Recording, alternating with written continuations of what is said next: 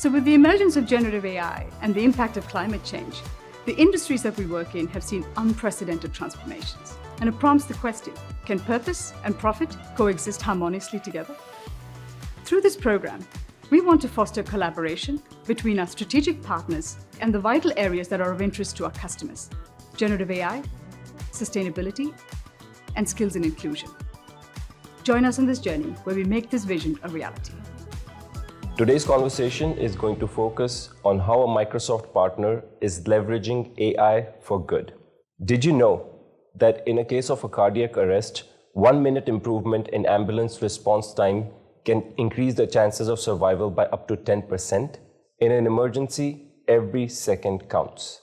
In the studio with us today, we have a partner who is leveraging artificial intelligence with mixed reality powered by Microsoft Azure to build a solution that is addressing this exact problem in Sri Lanka. This technology is saving the lives of thousands of people in time-sensitive emergency conditions, revolutionizing healthcare and having a meaningful societal impact. Join me in welcoming Suren, CEO of Wavenet. Let's start with you sharing a bit about your background and about Wavenet. Founded the company many years ago, almost 23 years ago now. And we've been specializing in telecommunications, so that's been our stock in trade, so to speak. When we look at digital health, was one of the areas that we kind of transitioned into, and we did that as a result of a happy accident. So Wavenet set up a healthcare arm called Mediwave, and Mediwave was set up to tackle specifically digital healthcare problems. And we were lucky that at the time the government of Sri Lanka got a grant from the government of India to start a national ambulance service, and we were engaged to build a technology solution for that. And Mediwave has obviously used that as a leveraging platform to now build a whole bunch of solutions around that for emergency response, blending AI, blending mixed reality, and delivering what we feel is one of the best citizen services for emergency care in the world. No, that's awesome. And I think you briefly mentioned 1990, the number, right? And in that context for the audience, can you share what Suvaseria is, right? And what services do they provide and what specific problem were they trying to solve? So Suvaseria is a national ambulance service. It was launched by the government of Sri Lanka. It's a free service for all the citizens. And they basically are deployed island-wide all across the country. They manage about 320 ambulances today. And you have the hotline, which is 1990, which is the number that they publish to the public to call in. And the moment you call in, you hit the dispatch. Then we have the technology that we use. We ensure that the fastest ambulance to get to you is the one that's dispatched, not necessarily the closest. And we use some algorithms to kind of calculate that. And it's a citizen service that the government of Sri Lanka launched. They incorporated Suvaseria through a special act of parliament, so it has a lot of independence to act. It's a government service that's run like a private service, and therefore it's highly efficient and delivers very high quality care for patients. And you look at the service itself, it's one of the founding principles of Suvaseria is that it's very process driven and it's very technologically driven, right? Two pillars, I think, for that combination is what makes the service so successful in Sri Lanka. And when you look at access to healthcare, it's still, Sri Lanka has a fantastic healthcare system, a public healthcare system, but sometimes getting access to it has always been a problem. The modus operandi used to be a tuk-tuk, right? So they'd hail a tuk-tuk, get in and go, but then if you have injuries, if you're having a cardiac arrest at that point in time, that bumpy ride is not really going to, go in your favor. You've gone from that level of access to healthcare to now 12 minutes ambulance at your doorstep, a world-class ambulance with all the equipment, all the facilities. You get the best possible care, and then you move. You're transported to the hospitals. One of the problem statements that they were trying to solve in the country is moving the population away from just somehow turning up at a hospital, and like I said, using a tuk as a mechanism, to having a more structured approach to how they have patients come into hospitals. Triage was one of the big things as well. So previously you had to call a particular hospital and call for an ambulance. You kind of had to know the lay of the land, right? So what was the closest hospital to you, call them, get an ambulance, etc. And then they would only take you to that particular hospital. You had, the landscape was fairly fragmented. So what they were trying to do was to try and bring about a more consolidated approach to how primary care at the ambulance level happens, and also to kind of have visibility over what's actually happening with the population. So Suez area today has some amazing insights, right? I mean, so we know that 64% of our deaths happen because of cardiac arrest. So, and we can now see, when through using data from the ambulance service, we can see where, the prevalence of heart disease is. We see things, we see a lot of data coming out through the system. We know where you have, even things like domestic abuse. We kind of start to see a lot of that. So there were quite a few problem statements that they were looking to solve by having an advanced ambulance service for the population. And I believe largely they've managed to successfully do that. You mentioned a little bit about the technology and the solution that Wavenet built to address some of these concerns. Can you share a bit deeper about the technology that was used, specifically focusing on the Microsoft solution and AI? AI is one of the later additions to the solution that we've built. It's opening up some, amazing possibilities. From a stack perspective, we've leveraged Azure. So we've leveraged the cloud. Over a period of time, we've kind of built different stages. So if you look at the core of the ambulance and the fleet management, we've leveraged the cloud, we've leveraged Microsoft's IOMT capabilities, and then we've also leveraged now, obviously, the OpenAI capabilities. With AI, we are able to inject, a lot more capability to the system. So we looked at it from pre-call all the way up to what we call the follow-up. Right. So, for example, today we are using AI while when the call comes in. We have a digital co-pilot that we've developed that assists the dispatcher to try and minimize the clicks that they need to actually dispatch the ambulance. We don't interfere with the human conversation because in that situation, somebody who calls an ambulance service is in distress. Right. They don't want to, we can't automate that part. We keep the human element there. But we help the dispatcher by having this co-pilot agent who will fill in automatically the addresses and things like that, so that you actually reduce the time it takes to actually make that dispatch. Then when we're in the ambulance, we've built the AI capabilities using mixed reality, mixed with AI, to help the EMTs. Now, how do we do that? There are a couple of things. One of the things we do is we ensure that when they connected with the doctor, they can have a recommendation engine, they can access all their documentation. As the case goes through, as they're talking, they're connected with the doctor in real time using mixed reality. The AI is going through the standard operating procedure to kind of prompt them as well, so that they ensure that everything is followed according to the procedure. We also automated the entire EPCR, which is electronic patient record. Generally for an incident, the ambulance crews have to fill this fairly large form. I mean, it's a fairly big form, and we've used AI to very intelligently start to fill that. So you can take the narrative of the story from the EMT now, and they can narrate. So, for example, I'm paramedic Suren. I've responded to a case at 3:54 p.m. The patient was a male, and I can narrate the incident, and we can then intelligently take that and fill that EPCR form, right? And generally that form will have a couple of hundred fields. So it's a big form, it's not a small form. And by using that AI capability, you have to intelligently extract that. It has fields for medication, it has fields for trauma, it has fields for the different types of like the skin color. So in that narration, you have to be able to intelligently pick those out and then fill that form.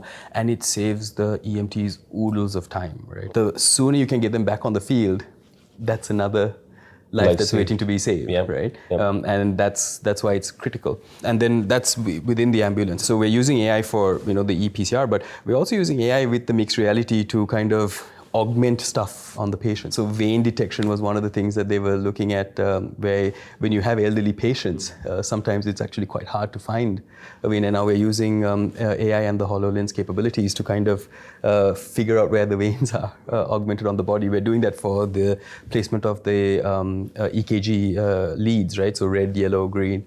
You can augment that all on top of the body as well. So you're basically assisting. I mean, this idea of the co-pilot really comes alive because you're really assisting the EMTs while they're on the job, while they're in the field, to actually start to use technology to really assist them to improve and make themselves more efficient. And then the last part of what we do with the solution, where we apply AI particularly, is in what we call the follow-up. Now that's where we go from co-pilot to autopilot, because one of the protocol mandates is that once you have an incident, once an incident is reported, within 48 hours you have to have a follow-up. And in that follow-up, you have to ask certain questions, and you have to go through a particular questionnaire.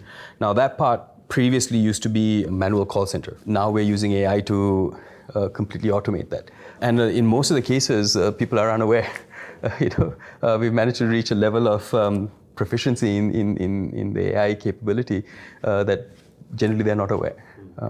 So that's, in a nutshell, I guess that's the gamut of the spectrum of the solution that we've used and the technologies that we've used to deliver that. That is really impressive. I mean, it's great to see how you have embedded AI in the entire process. Can you also share a little bit about the results and impact that Suvas area has realized because of this technology? And what are some of the broader implications of this from an impact perspective beyond Suvas area? 1.8 million Sri Lankans use the service at any given point of time. First calls are answered 98% of the time, if I'm not mistaken. And we have a 12-minute response window that we keep, and we measure that KPI. In terms of societal impact, like I said, it's one of those things that the public really has a very high degree of confidence. And the real test the litmus test in that is, I guess, if the public really, they value the service and then they use the service. We've had pregnant women giving birth in the ambulance, who were in rural areas. They couldn't come. They've had situations where there were life-threatening conditions for the baby, and they've actually given birth in the ambulance. I mean, we have so many case studies that we have done where the baby was born safely because of Suvas area. We can see the impact, and I think you alluded to this, Nikhil, at the beginning. When you're dealing with cardiac arrest, every minute counts, right? And that ability to get that care, and we in emergency we call it the golden hour, right?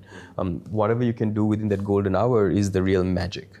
Right? That's where you can really make an impact, and the chances of survival and recovering well. In Sri Lanka, the impact that Suvas area has had is national. It's felt across poor, rich, the middle. Everybody uses it. It doesn't matter who you are. And that's the kind of universal impact that I think we've managed to kind of create. Technologically, Suvas area is, if not for the technology aspect of it, it wouldn't be able to do what it does, right? Full credit to the team at Suvas area, Sohan, who's the CEO, and his team. They really understood the value of technology, and they invested in that. And, so they leveraged the capabilities even when it comes to AI. That's not something that you'd probably find in a regulation government service in a developing country, right? I mean, they wouldn't necessarily feel that the investment is worthwhile, but these guys really did understand that. They understood the impact that they can have. This is the business of saving lives. And at that point, your investment is always justified. If you can make that impact for a person's life, it is justified. Let's shift gears a little bit. There's a widely held notion that purpose and profit, they are at odds with each other. Centering purpose in decision-making process often detracts companies from focusing on the bottom line. What is your response to that? Can purpose and profit coexist harmoniously? Absolutely. At the end of the day, as a business, we have a profit motive, right? And you have to, right? Profit motive makes you do what you need to do on a daily basis. It drives you. It makes you efficient. It gives you, it sets boundaries for you that you need to kind of work within. And I think that's really important for a business. Can you be purpose-driven? Absolutely, right? Alluded to this at the beginning. This was a passion project for us. We had an existing business that we were working on in the telecom side of things. We got into this healthcare because we were very passionate about it, right? And we got a wonderful opportunity to kind of showcase that.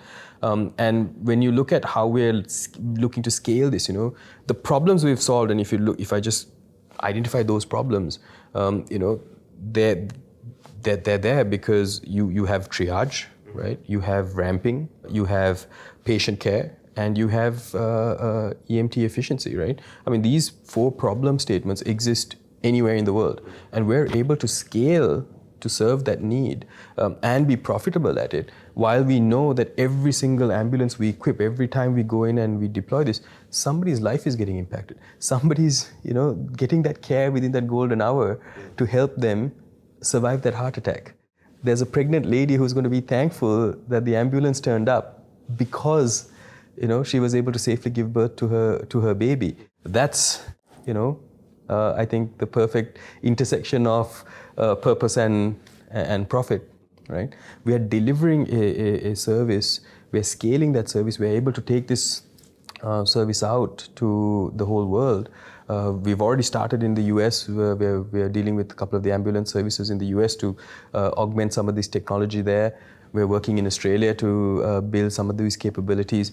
And like I said, that purpose doesn't change, right? I mean, the impact you're going to have does not change. The same pregnant lady who was going to thank you in Sri Lanka is going to thank you in Australia or in the US because they have access to this technology. So I really believe that purpose and profit really do coexist, and they can blend very nicely. And if you remain purpose-driven in that context, so long as we understand what we're trying to achieve, and I told you, for us it's very simple. We're in the business of saving lives, and if you stay true to that, I think profit will naturally follow.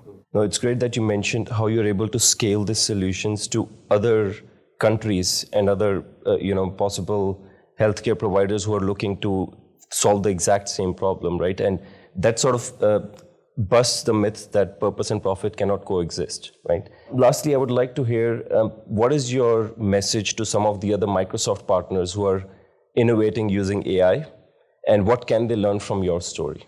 Oh, look, there's a lot that they can take out. When we started this journey, we did not understand fully what the capabilities were and what we could end up kind of building, right? I mean, we took a leap of faith that we should be in this space. And of course, we were looking to solve some practical problems, right? One of the things that I could say we've benefited as a result is by leveraging the stack, like leveraging Azure, the cloud, IOMT services, we've really managed to reduce our time to market, right? So we are able to build these advanced capabilities now at a pace that we were not, prior to AI, we were not able to build at that pace. So that means we're getting these solutions in the hands of customers in real world use cases a lot faster than what we would have, back in the day. And I think that's one of the lessons. So, leverage it. I think the technology is there now. It's becoming very mature very, very quickly. And I think it's very transformational for companies. And so for, Microsoft partners as well, you should leverage it and you should kind of jump in and innovate on that space, because I don't think we've even scratched the surface. Yeah, leverage it. Leverage as much of it and reduce your time to market. Get these technologies get your innovations into the hands of people much, much faster. Thank you, Suren, for your time and sharing the amazing work you're doing leveraging AI in the healthcare space. At Microsoft, while we're invested in the commercial success of our customers and partners, it is deeply rewarding when this commercial success comes with a sense of purpose. Thank you all for tuning in. See you in the next episode of Partner for Purpose.